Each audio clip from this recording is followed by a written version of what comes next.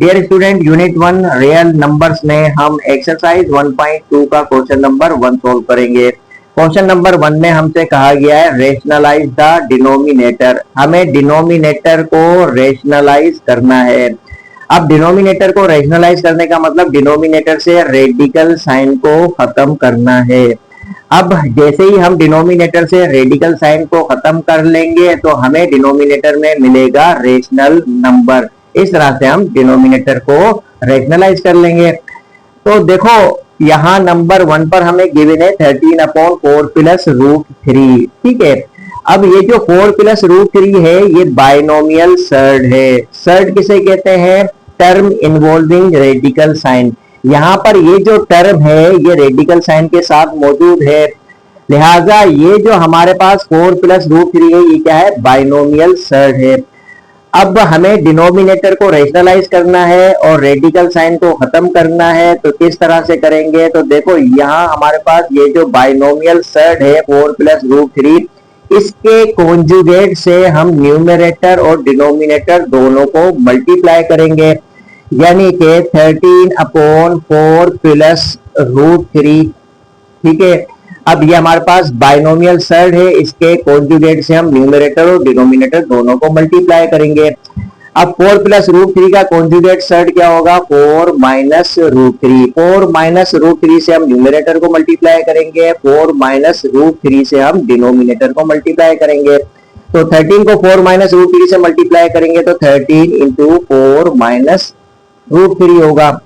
अब देखो 4 plus root 3 into 4 minus root 3, तो इसको हम ऐसे लिखेंगे 4 plus root 3 into 4 minus root 3, इस तरह से। ठीक है, अब 13 इंटू 4 माइनस रूट 3 को हम एज इट इज लिखेंगे 13 इंटू 4 माइनस रूट 3। न्यूमरेटर को हमने एज इट इज लिखा अपॉन। अब देखो डिनोमिनेटर में हमारे पास है 4 plus root 3 into 4 minus root 3। अब हमें पता है छोटी क्लासेस से आइडेंटिटी, यानी कि a plus B into A minus B equal होता है A square minus B square के। तो 4 plus root 3 into 4 minus root 3 equal होगा 4 स्क्वायर माइनस रूट 3 का स्क्वायर, इस तरह से। ठीक है, अब हम लिखेंगे 13 इंटू 4 माइनस रूट 3 अपॉन। अब देखो 4 का स्क्वायर होता है 16 माइनस 2, रेडिकल साइन कटेगा तो क्या बचेगा? 3 बचेगा, इस तरह से। ठीक है, तो हम लिखेंगे 13 इंटू 4 माइनस रूट 3 अपॉन। अब 16 माइनस 3 इक्वल होता है 13 के। 13 कैंसल आउट हो जाएगा तो हमारे पास क्या बचेगा? हमारे पास बचेगा 4 माइनस रूट 3। अब हम देख सकते हैं 13 1 जा 13, तो डिनोमिनेटर में क्या बचा? 1 बचा। 1 क्या है? रेशनल नंबर है। तो इस तरह से हम डिनोमिनेटर को रेशनलाइज करते हैं, या डिनोमिनेटर रेडिकल साइन के साथ मौजूद है और यहाँ डिनोमिनेटर रेडिकल से फ्री हो गया है, यानी फ्री फ्रॉम रेडिकल साइन है डिनोमिनेटर, और हमें डिनोमिनेटर में क्या मिल गया? Rational number that is equal to 1। तो उम्मीद है कि ये आपको समझ में आया होगा कि किस तरह से हम रेशनलाइज करते हैं।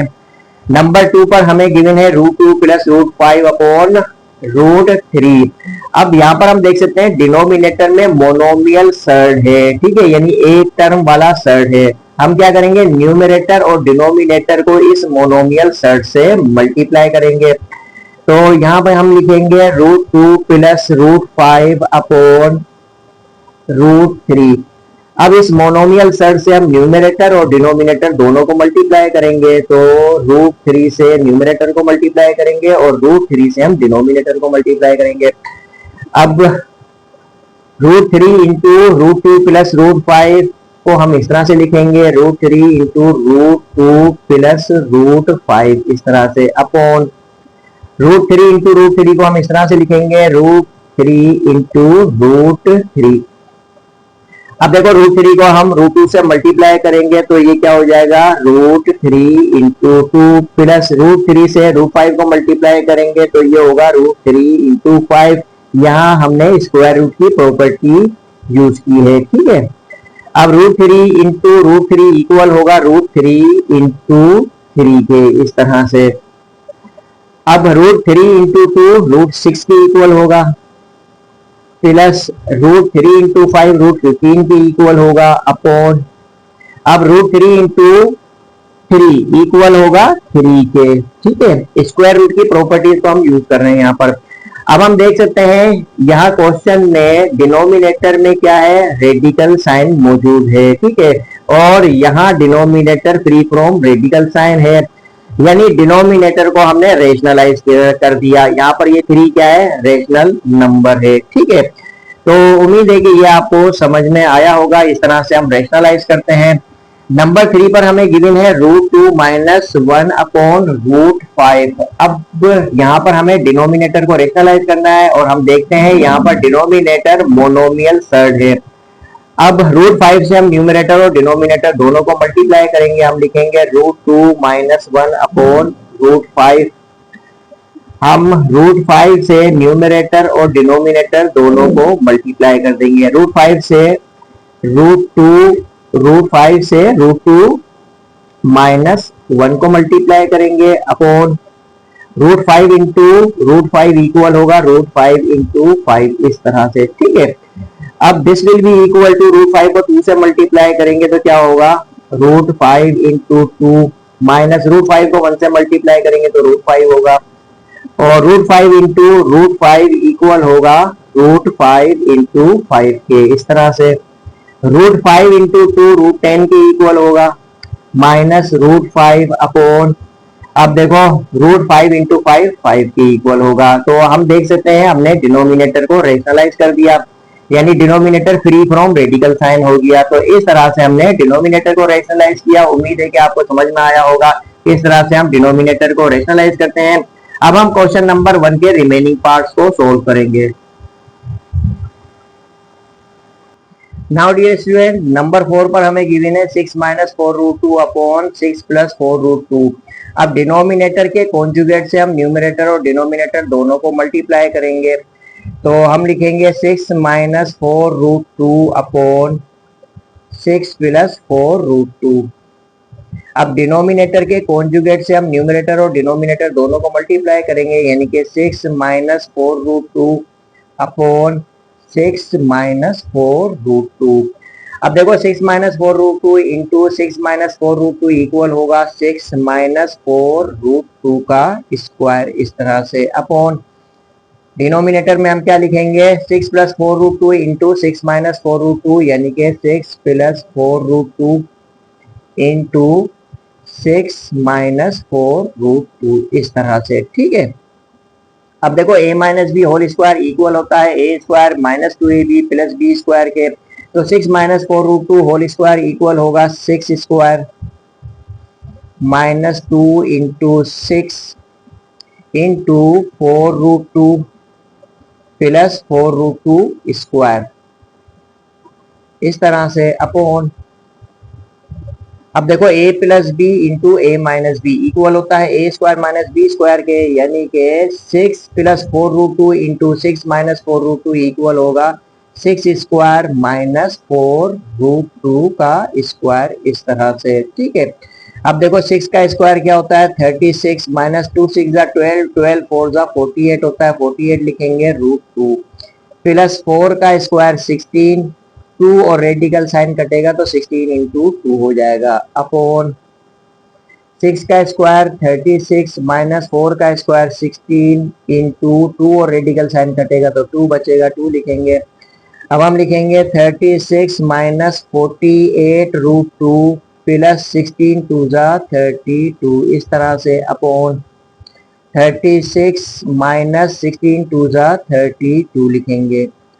This will be equal to 36 plus 32 क्या होगा, 68 होगा, माइनस 48√2 अपॉन 36 माइनस 32 इक्वल होगा 4 के।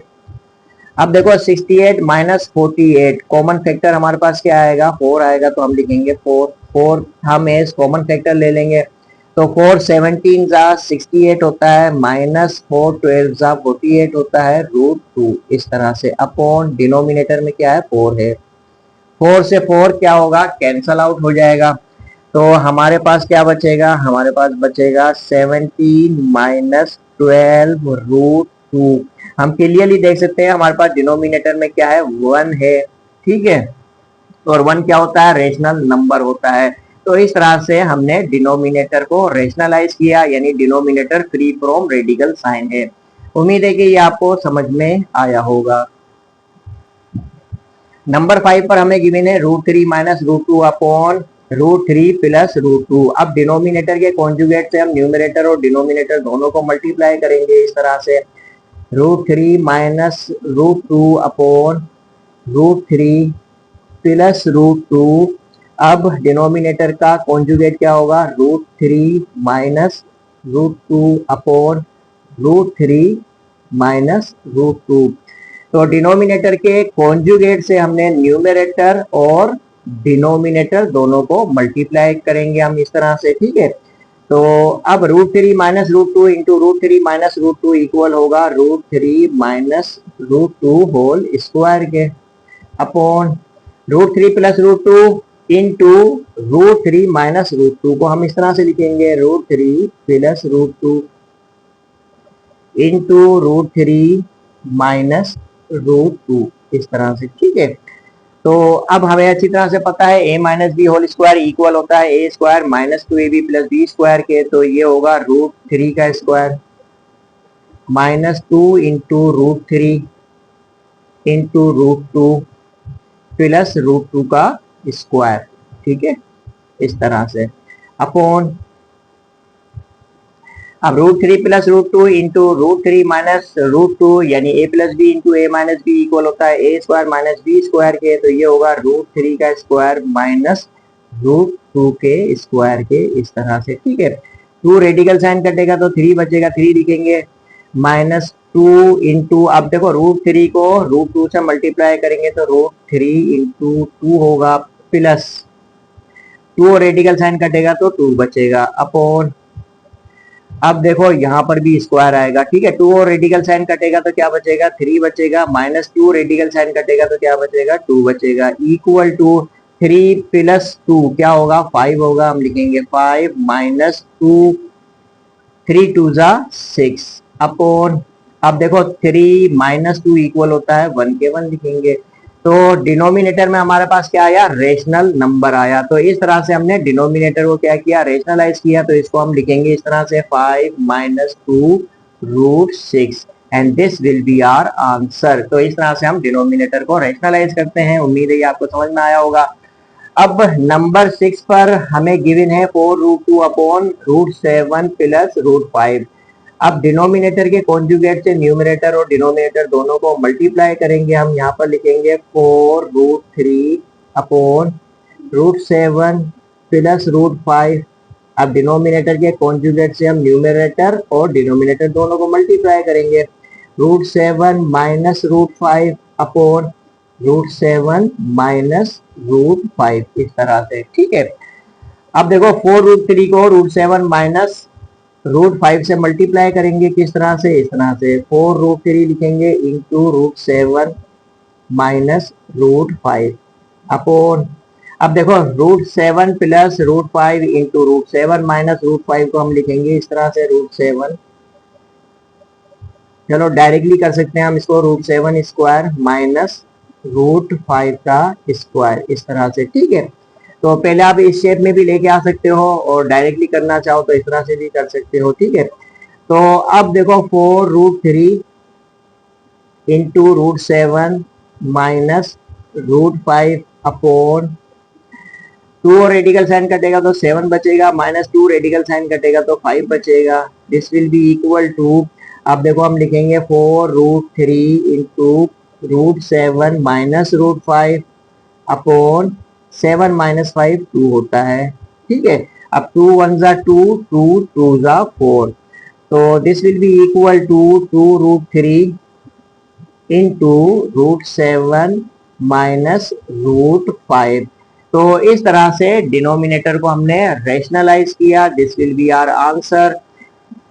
तो उम्मीद है कि आपको क्वेश्चन नंबर 1 समझ में आया होगा, किस तरह से हम डिनोमिनेटर को रेशनलाइज करते हैं। इसी तरह से हम एक्सरसाइज 1.2 का क्वेश्चन नंबर 2 सोल्व करेंगे।